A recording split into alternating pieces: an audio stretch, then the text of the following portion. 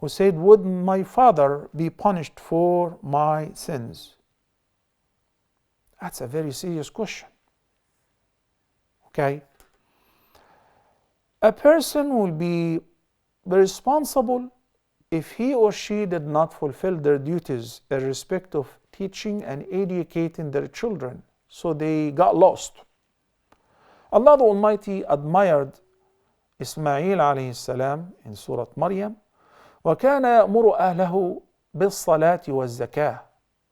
He admired him because he used to teach and enjoy in his family, to offer the prayers and to give in charity and so on. You cannot force anyone to do so, but your duty is to instruct, to teach, to inspire.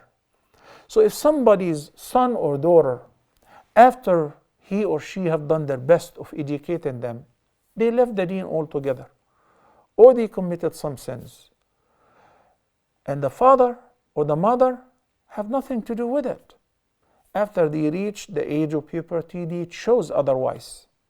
The parents are not blameworthy, because Nuh's own son was kafir. Ibrahim's own father was kafir. Lut's own wife was kafir. So لا تزر وازرة وزر أخرى. No bearer of a sin shall bear the sin of another.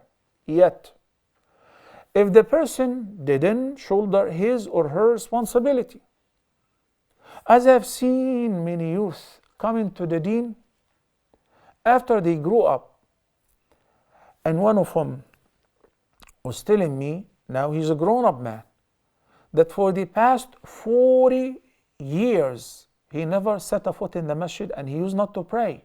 He never fasted for a single Ramadan. I was shocked. Bearing Muslim name, born in a Muslim country, to a Muslim family. And he said, not only that, Sheikh, I live across from the masjid.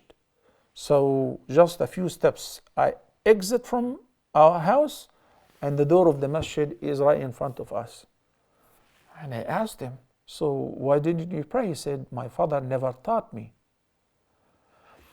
And once, when a cab driver picked me up from Jeddah airport, I'm coming from the States to perform Umrah, dressed up in Ihram, and when he was taking me to the Haram, a young man, 22 years old, so I was chatting with him because I knew that he's local and he's born and raised in Mecca.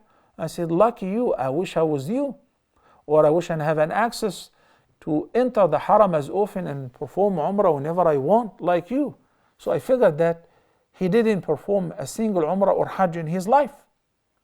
And then he shocked me and he said, I never set a foot inside the Haram. I never laid my eyes on the Kaaba. I asked him, that's crazy. He said, my father never taught me. I know this is not an excuse, but the father is blameworthy in this condition. The father will be held accountable for not teaching his children how to pray. علموا أولادكم الصلاة لسبع. So I didn't instruct them. The mother never taught her son or daughter halal and haram. So they are going astray naturally because they have seen their parents like that. They are blameworthy. So we distinguish between the two conditions. When I did my best, educated my children, tried to give them immunity, and then for a reason or another, somebody or one of them, God forbid, did something wrong. That's his fault. I'm not blameworthy. But if I didn't shoulder my responsibility from the beginning, of course you're blameworthy.